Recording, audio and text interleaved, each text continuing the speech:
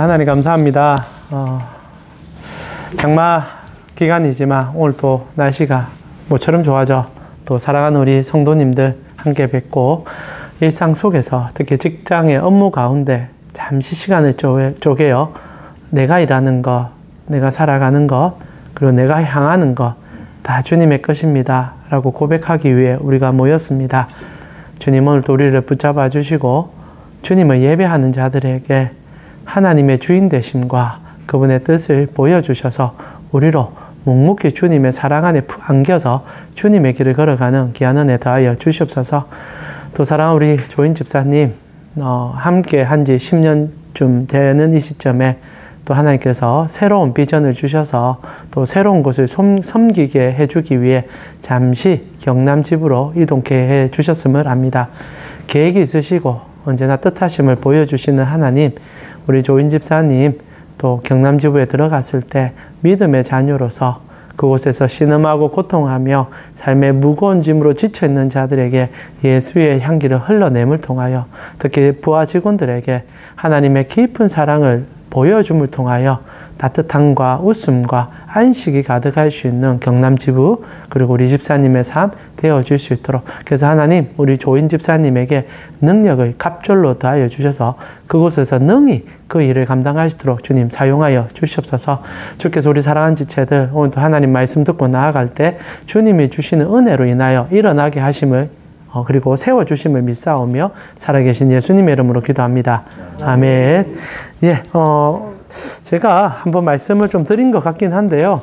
제가 주일학교 전도사 사역을 할 때 여름 수련을 하다 보니까 굉장히 바빴습니다. 사역자다 보니까 매우 바쁘고 하다 보니까 좀 업무 처리를 하다가 뒤늦게 조금 밥을 먹게 되었습니다. 그래서 아이들이 다 밥을 먹고 이제 떠나가고 한 4-5명 앉아 있는 사이에 제가 들어가서 같이 밥을 먹는데 마음이 너무 급하다 보니까 기도를 안 하고 밥을 먹은 겁니다. 그래서 막 밥그릇을 먼저 떴어요.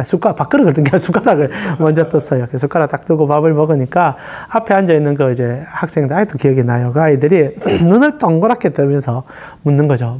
전도사님, 왜 기도 안 해요? 이러는 거예요. 그 순간 제가 너무 당해버려서 거짓말을 해버렸습니다. 뭐라고 했냐면 전도사님 기도했다 이런 거예요. 그러니까 아이들이 뭐라 합니까? 우리 봤는데 이러는 거예요. 내가 아니다 너가 못 봤다. 네? 이렇게 했다니까. 그게 무슨 기도야? 하면서 이제 박장대소하면서 끝났던 일이 있습니다. 그리고 나서 막 얼굴이 화끈화끈하죠. 그 면피죠. 그 잠시 피하려고 하다가 거짓말하는 전도사 되어버렸는데 아이들은 웃음으로 지나갔지만은 참 부끄럽기도 했었습니다.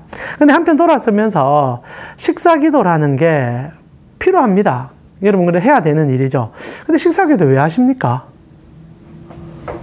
사실 왜 해야 되는지를 아이들에게는 정확한 신학적 가르침을 주기는 힘드니까 당연히 이제 학습을 시키는 건 중요한 과정이지만 그러면 우리 어른들이라도 식사 기도를 왜 해야 되는지는 알고 있어야 되지 않겠습니까? 당연한 얘기죠. 일용할 양식을 주심에 대하여 감사의 표현으로 기도하는 것 뿐입니다. 그래서 때로는 잊어버릴 수도 있고요. 때로는 지나갈 수도 있겠지만 할 수만 있다면 모든 것에 대하여 주님께 고마움을 고백하고 나아가 나의 신앙을 드러내는 자리이기도 하지요. 내가 정말 주님을, 이 음식을 주는 주님을 너무너무 기뻐하며 나의 삶이 주님의 것입니다. 그래서 공개적인 장소에서 기도합니다.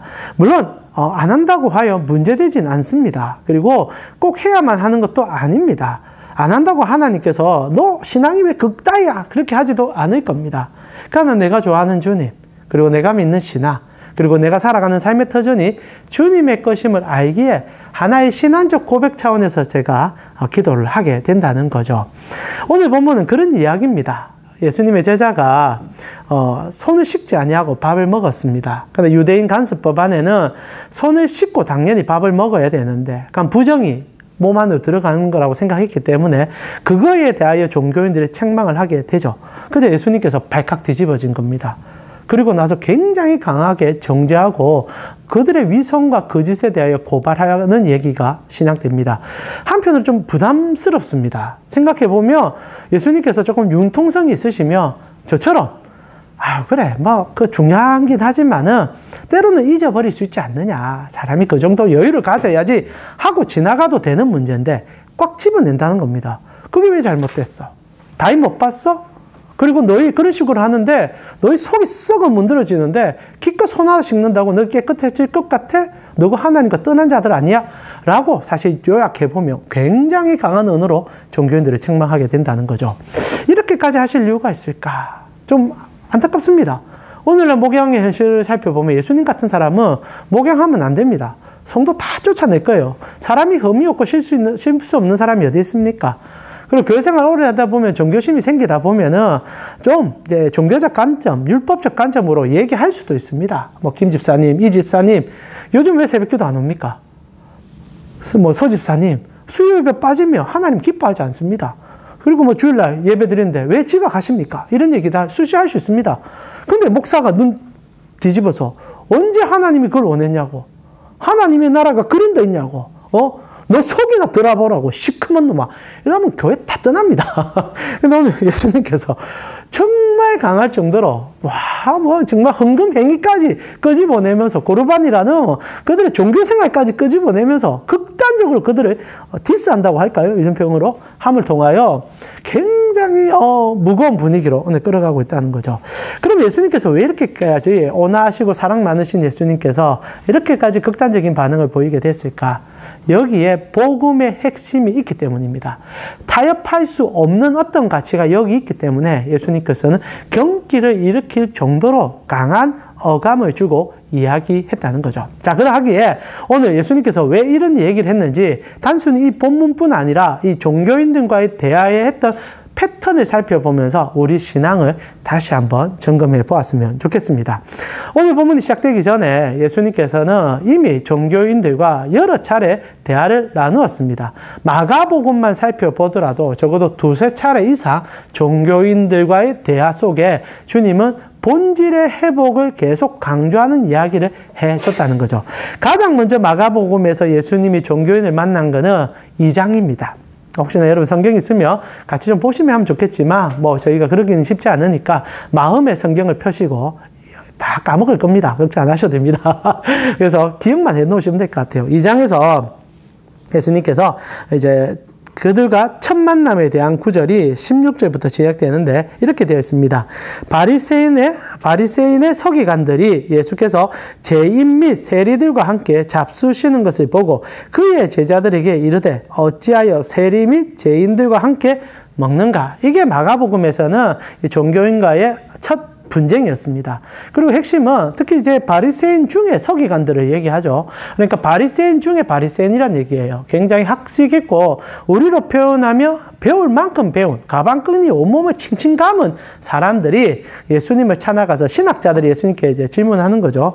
왜 너희의 선생은 죄인들과 같이 식사를 하느냐라는 얘기를 합니다.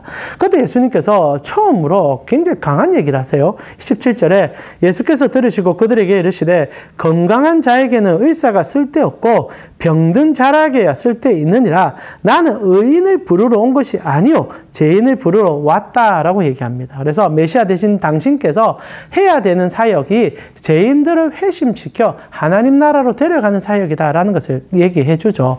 자, 여기까지는 투는 강하지만 서로 부담되는 얘기는 아닙니다. 그리고 상식적인 얘기 아닙니까? 잘 돼 있는 사람에게 잘한다고 칭찬해 주는 것도 좋은 일이지만 힘들고 지쳐 있는 사람을 찾아가는 것은 하나님의 법에 언제나 우선순위의 첫 번째입니다. 그래서 예수님께서 그 사역을 하겠다는데 뭐가 문제냐라고 얘기하니까 종교인들이 할 말이 없는 거죠.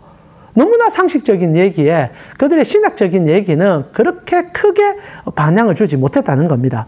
그리고 나서 이제 이렇게 되고 있는 상황 속에 그 바로 이제 2장 다음 절에 이런 종교인들과의 마찰이 조금 일어나고 나니까 사람들이 또 찾아와서 종교인들이 하고 있는 행위에 대하여 왜 당신들과 당신의 제자는 이런 행동을 하지 않는다는 얘기가 바로 2장 18절에 시작됩니다. 18절에 보니까 요한의 제자들과 바리새인들이 금식을 하고 있는지라 사람들이 예수께 와서 말하되 요한의 제자들과 제자들은 금식을 하는데 어찌하여 당신의 제자들은 금식 안 합니까? 라고 질문한 거죠.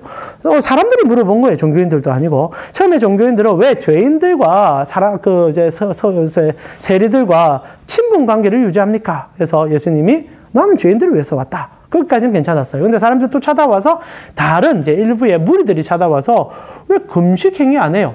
저로 표현하면 제가 이제 주일학교 수련회 하다가 급하게 밥을 먹으니까 물어본 거예요. 전사님 왜 기도 안 해요? 얘기한 겁니다. 그러니까 예수님이 놀랄 수 있겠죠. 만약에 저였다면, 목사 예수님처럼, 예수님께서 순간 당황해가지고, 우리 금식하는데 못 봤네! 이렇게 나올 수도 있겠죠. 그러나 예수님 그렇게 얘기 안 했다는 거죠. 예수님 뭐라고 합니까? 19절부터 보니까 중요한 얘기를 하는데요. 예수께서 그들에게 이르시되, 혼인집 손님들이 신랑과 함께 있을 때 금식할 수 있느냐? 신랑과 함께 있는 동안엔 금식할 수 없다. 예수 그리스도와 밀접한 관계를 유지하고 있을 때는 금식이 왜 필요해? 라는 얘기죠. 좀 충격적인 얘기입니다.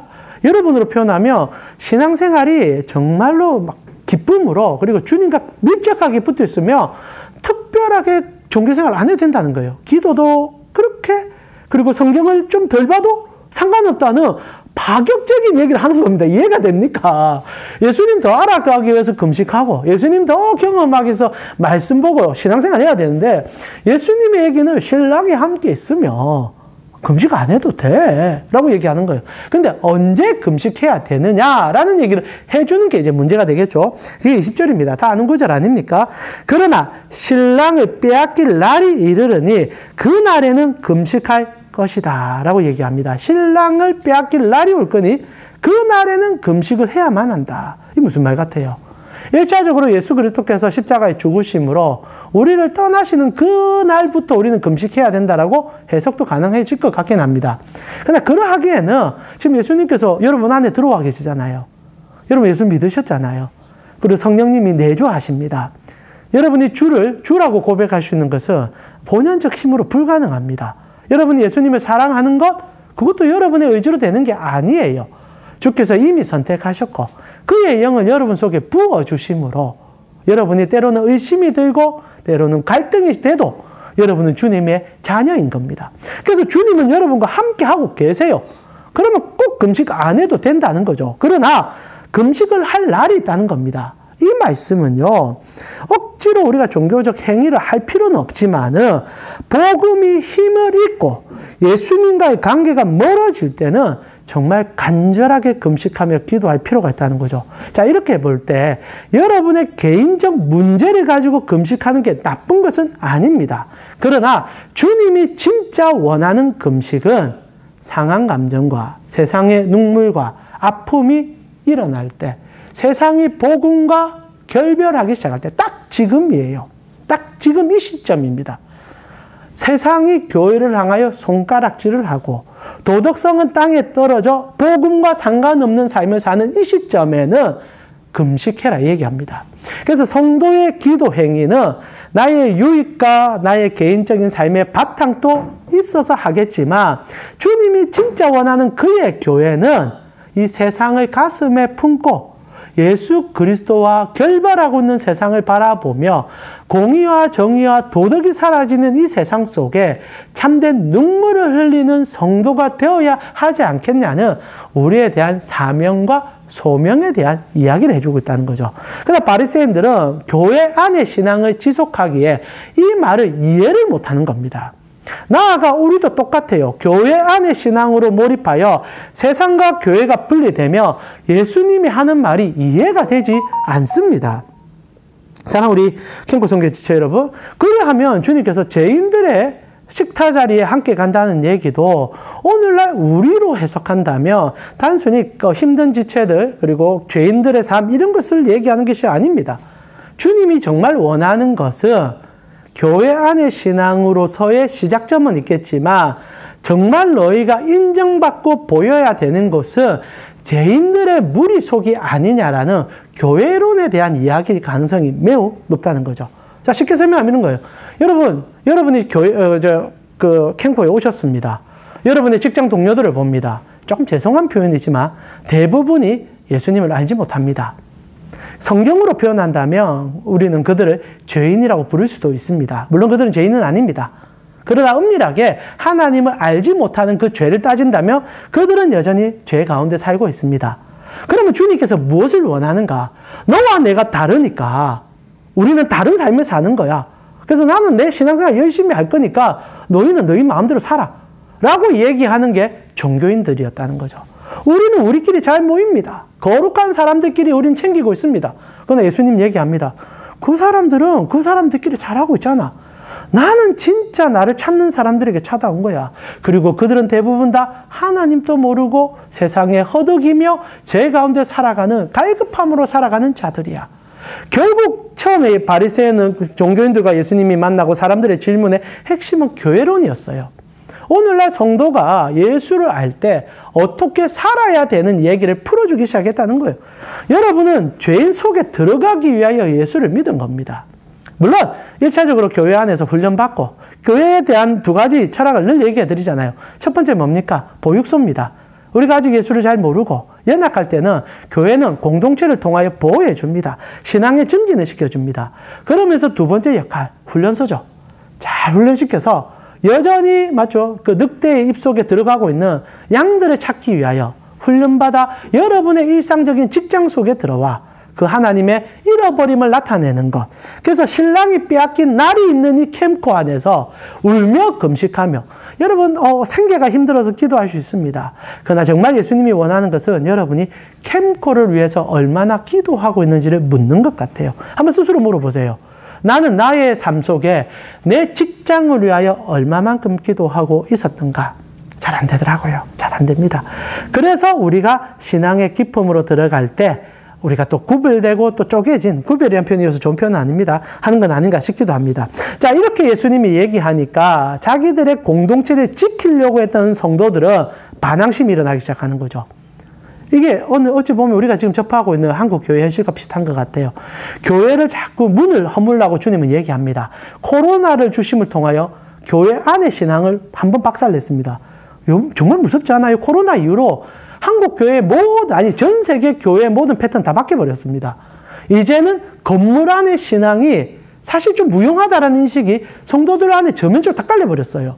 그리고 주님은 주님이 하셨다고 생각을 해봅시다. 그러면 주님의 벽을 허물었단 말입니다. 그럼 이제 뭘 요구하시겠습니까? 지금 세상이 주님을 없는 상황이니 너희가 금식하여 그들 속에서 복음으로 살았으면 좋겠다 얘기하는데 종교인들 그게 너무 싫은 거예요. 그래서 이제 23절로 넘어가니까 2장 23절로 가니까 또다시 종교인들이 그 말을 듣고서 우리 공동체를 무시해? 우리가 따르는 종교적 행위에 대해서 반감을 가져? 용서해서는 안 되겠군 하고 찾아가다가 한번 꼬투리를 잡게 됩니다. 제자들이 또 지나가다가 예수님의 제자들이 지나가다가 미리삭 밭을 지나가다가 이 잘못 한번 실수를 크게 해요. 어떤 실수를 하냐면 보통 이렇게 이제 보리삭을 이렇게 손으로 확 흩으면 이 싹이 프로 몰리지 않습니까? 그거는 먹어도 전혀 상관없거든요. 그건 노동행위가 아닙니다. 그런데 어떤 행위를 하느냐? 이 삭을 이렇게 잘라버려요. 그 2장 23절에 보니까 안식일에 예수께서 밀밭 사이로 지나가실새 그의 제자들이 길을 열며 이 삭을 자르니라고 되어 있거든요. 자르는 노동행위를 해버린 거예요. 이거 소위 그들이 말하는 법으로는 정말 잘못한 짓이거든요. 그래서 잘랐던 행위 하나 가지고 꼬투리 잡아가지고 얘기합니다. 어떻게 너가 안식일날 일을 할 수 있느냐. 우리로 표현하면 교회에서 여러분 주일날 한 번씩 업무차 올 수 있잖아요. 직장에. 올 수 있다고 생각합니다. 표정이 어떤 그런 사건이냐 이런 표현인데 올 수 있잖아요. 회사에서 오라 그러면 와야죠. 와야 됩니다. 와야 돼. 근데 이제 때로는 그런 생각하는 거죠. 어떻게 주일을 어기고 직장에 갈 수 있냐. 목사님도 그렇게 얘기하잖아요. 우리 사랑하는 이 집사님, 김 집사님 어떻게 하든 철저하게 주일은 지켜야 됩니다. 회사 가면 안 됩니다. 그런 회사는 때려치우십시오. 이런 얘기 한단 말입니다. 이제 신앙에 불이 붙어가지고 그럴 수 있습니다. 그것 또한 나쁘지 않습니다. 여러분이 여러분의 신앙을 지키고자 노력하는 행위라면 괜찮아요. 그러나 이것이 단순히 교회의 숫자와 교회의 영향력을 위한 행동인지를 정확하게 분석하지 아니하고 그냥 오늘 바리새인들처럼 날로 손으로 잘라냈다는 거 하나만으로 꼬투리 잡는 행위라면 이거 정말 잘못됐다는 거죠. 그래서 예수님께서 화를 막 냅니다. 그러면서 27절에서 이런 얘기를 해요. 2장 27절에 다윗에 대한 얘기도 하다가 정말 중요한 얘기를 또 하십니다. 아까 처음에 중요한 얘기는 뭐였죠? 주님이 우리를 떠날 때 금식해야 된다. 그리고 두 번째로 또 이르시되 안식일이 사람을 위하여 있는 것이요 사람이 안식일을 위하여 있는 것이 아니니 이러므로 인자는 안식일에도 주인이다 라는 얘기합니다. 이해가 됩니까? 이 말이? 좀 이해가 되시는지 모르겠습니다. 정말 단순한 얘기죠. 간단한 얘기입니다. 안식일이 우리가 안식일을 만드는 게 아니라 안식일은 하나님이 우리에게 주신 선물이라는 얘기예요. 그래서 안식일이 사람을 위해 있는 것이고 사람이 안식일을 위해 존재하지 않습니다. 안식일은 우리를 돕는 것이에요. 그래서 하나님께서 6일의 천지를 창조하고요. 안식일을 준 것은 우리로 창조의 섭리와 목적을 가르쳐주기 위함이라는 겁니다. 여러분 신앙생활 왜 합니까? 예수 왜 믿었어요? 물론 여러분이 믿고 싶어서 믿은 분도 계시겠지만 대부분 다 주님이 부르듯 낚아채서 믿은 분이 대부분일 겁니다. 그러나 믿는다는 과정 속에 여러분은 주님과 함께 무엇을 느낍니까? 실제로 주님의 가장 큰 목적은 안식이에요. 여러분이 행복하길 바라요. 정말로 주님은 여러분이 정말 주님 때문에 행복하길 바라요. 그래서 쉴 수 있도록 이끌어 주시고 주일이라는 가장 중요한 핵심을 통하여 부활을 체험하며 주님의 날을 주고 싶었던 거예요. 그래서 28절에 중요한 말을 하잖아요. 이러므로 인자는 안식일에도 주인이다. 여러분 주인은 안 쉽니다. 주인은 안 쉬어요. 그래서 하나님은 이때까지 단 한 번도 쉰 적이 없어요. 왜? 우리로 쉬게 해주고 싶어서 이 얘기를 하고 있는 겁니다. 여러분 우리가 왜 쉴 수 있는지 아세요? 주님이 안 쉬기 때문입니다. 만약 주님이 쉬어버리면 우리는 미친 듯이 일해야 돼요. 그러나 주님이 안 쉬기 때문에 우리는 여유를 가지시죠. 이런 분이 우리 아버지시고 우리 신앙의 근본이라는 겁니다. 그러나 이 종교인들 이해를 못하는 거죠. 왜냐하면 그들이 아는 하나님은 지금 예수님이 말하는 하나님과 매치가 안 되는 거예요. 자꾸 죄인들에게 가라 그러고 그리고 금식은 어떤 때 해야 되는지 가르쳐주고 그런 과정 속에 안식이라는 가치는 우리에게 유용한 가치지 그것이 너희를 핍박하고 억압하여 그것 잘 섬겨가지고 어떻게 하는 것이 아니다라는 말하는 그 예수님은 어떻게 생각합니까? 실제로 이런 식으로 주일날 교회에서 설교하면요 성도님들 안 올 것 같아요. 종교심을 다 깎아내는 거잖아요. 교회 와가지고, 성도님 보고, 헌금 안 하셔도 됩니다. 오늘 본문의 핵심 그거거든요. 헌금 안 해도 됩니다. 얘기하고요. 교회 주일날 좀 안 오셔도 괜찮습니다. 여러분, 가셔가지고, 열심히 사람들하고 또 시간 또 보내시다가 힘들고 지치면 찾아오십시오. 그리고 또 나아가 맞죠? 여러분들 예수님께서 또 하시는 얘기들을 저 앞에서, 아이고, 교회에서 뭘 그래 열심히 합니까? 그래서 여러분 회사 가가지고 그 직원들하고 더 좋은 시간 보내시고 그들에게 예수 향기 보내주십시오. 이런 얘기합니다. 그럼 사람들이 좀 혼란스럽죠. 교회 오라는 건가 말하는가 어떻게 신앙생활 하라는 건가 지금 돈 버는 게 더 중요하다는 얘기하는 건가 뭘 얘기하는 거지. 이 종교인들이 이런 패닉에 빠져버린 겁니다. 그러고 나서 오늘 본문이 시작되죠. 시간이 좀 많이 갔으니까 간단하게 얘기할게요. 근데 이제 이 오늘 본문에 들어가기 전에 이런 두 차례에 걸친 종교인들과 그리고 사람들의 논쟁 끝에 예수님께서 이런 얘기를 하나 합니다. 2장 21절에서 22절에 이런 얘기를 해요. 한번 들어보세요. 생배 조각을 낡은 옷에 붙이는 자가 없나니 만일 그렇게 하면 기운 새 것이 낡은 그것을 당기어 헤어짐이 더하게 되느니라. 새 포도주는 낡은 가죽 부대에 넣는 자가 없나니 만일 그렇게 하면 새 포도주가 부대를 터뜨려 포도주와 부대를 버리게 되리라. 오직 새 포도주는 새 부대 넣어야 된다. 이게 핵심이죠. 무슨 말입니까? 이전에 그들이 생각했던 종교적 행위는 그림자니 이제 험포도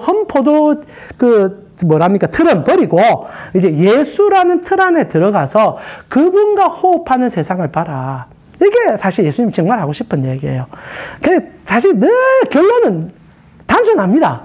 신앙의 정점은 예수님과 동행함에 있다는 거예요. 그러니까 교회 안이 아니라 어느 곳에 있든지 간에 예수와 동행하는 것이 새 포도주라는 겁니다.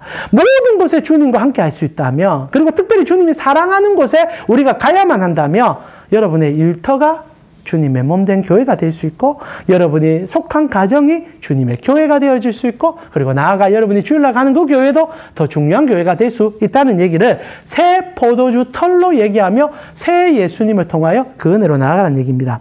그리고 나서 오늘 7장으로 들어갑니다. 사람들이 또 부정한 손이라 표현하는 손을 씻지 않고 밥을 묻는 문제가 생깁니다. 그래서 예수님이 폭발해버리죠.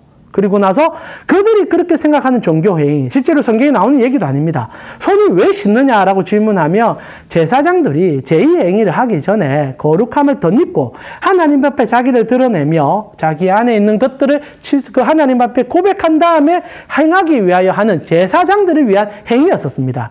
일반 성도들까지 그래 할 필요는 없었던 거예요. 그러나 신학적 철학을 이해한다면 하는 건 좋은 거죠. 왜냐하면 손을 씻으면서 주님, 오늘 하루도 제가 죄인으로 살았습니다. 우리로 표현하면 회개 기도 아닙니까? 그러면서 주님께 나아간다면 문제가 안 되는 거예요. 그러나 이들은 이것 행위 자체가 주님께 복을 받고 주님이 해라만 했던 행동이게 한다는 거죠. 오늘날 우리 쉽게 표현하면 주일날 교회 가면 그냥 복 받는다 생각하는 거예요. 앉아서 아무 생각도 안 합니다. 앉아서 뇌도 다 비워놓고 그냥 좀 앉아 있습니다. 목사님이 얘기하는 가운데 내가 좋아하는 얘기 들어오면 귀에 확 열립니다. 아, 복 받으라. 아멘. 그러다 예수처럼 그리고 세상을 위해서 살아가자. 뭐라 하노. 이런 식으로 막 판단하다가 그냥 집에 갑니다.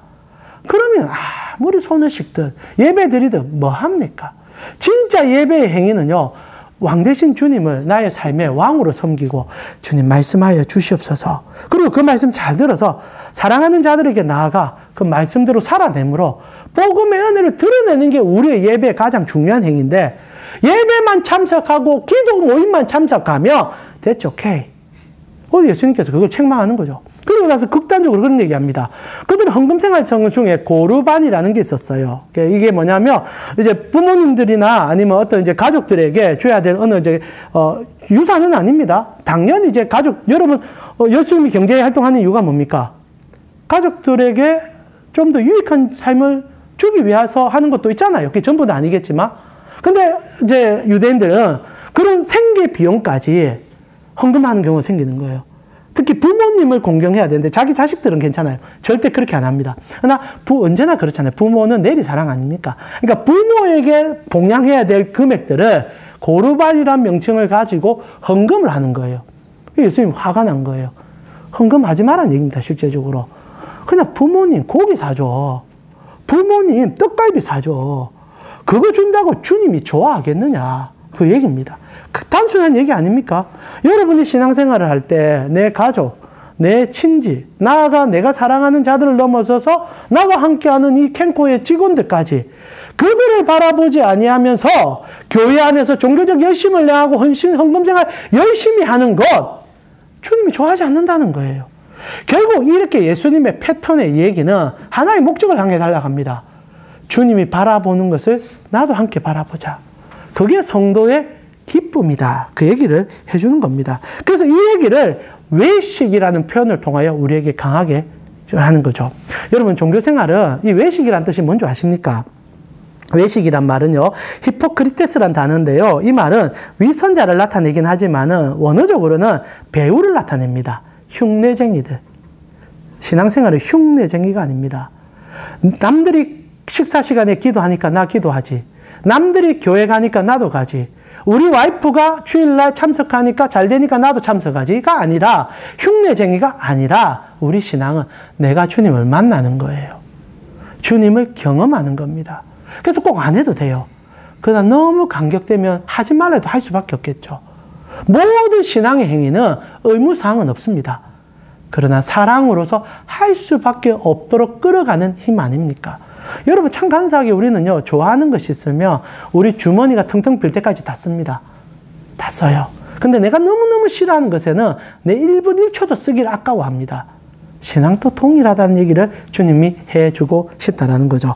말씀이 많이 길었지만 사랑하는 우리 캔코 선교의 지체 여러분, 세상이 원하는 우리의 모습은 어느 종교적인 형태에 갇혀가지고 거기에 몰입하여 그곳에서 인정받는 것이 아님을 기억해 주십시오. 예수님께서 하고 싶은 얘기는 나를 먼저 사랑하고 내가 사랑하는 것을 함께 보자라는 얘기를 할 뿐입니다. 이 정말 단순한 명령이죠. 이걸 우리는 신학적으로 얘기하면 위로는 하나님, 아래로는 이웃. 서로 사랑하자. 근데 그것이 우리에게 잘 이루어지지 않는 것이 주님의 눈물인 것 같습니다. 사랑하는 우리 캔코 선교 지체 여러분, 진짜 신앙은 이곳에서 그리고 이 시간에 판가름 나는 것 같습니다. 여기까지 오셨는데 오기 전까지 여러분은 함께 있는 사람들에게 어떤 모습을 보이고 오셨습니까? 쉽지 않습니다. 쉽지 않아요. 가면 쓰는 게 더 편합니다. 히포크리테스, 위선자가 되는 게 더 나아요. 그러나 주님은 가면을 벗겨줍니다. 왜냐하면 주님과 만나야 되니까.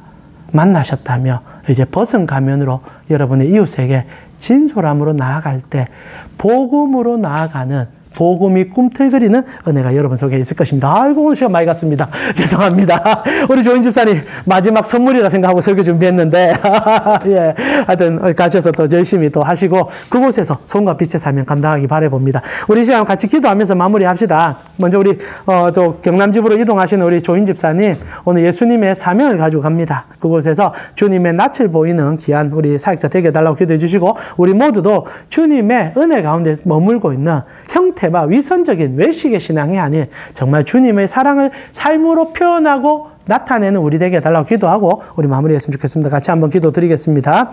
주님 감사합니다. 오늘도 우리 사랑하는 지체들과 함께 주의 말씀을 또 들었습니다. 하나, 우리가 나아가는 길이 주님이 부르신 길이고 주님께서 우리를 채워주는 길이 주님의 뜻이라 생각합니다. 하나님, 부르심을 받은 자들이기에 그 주님 안에 서 있습니다. 세상이 어떻게 보냐, 교회가 어떤 얘기를 하느냐, 그것도 중요하지만은 더 중요한 것은 주님이 나와 어떻게 하고 있는지를 알고 주님과 동행하는 삶의 여정을 살기 원합니다.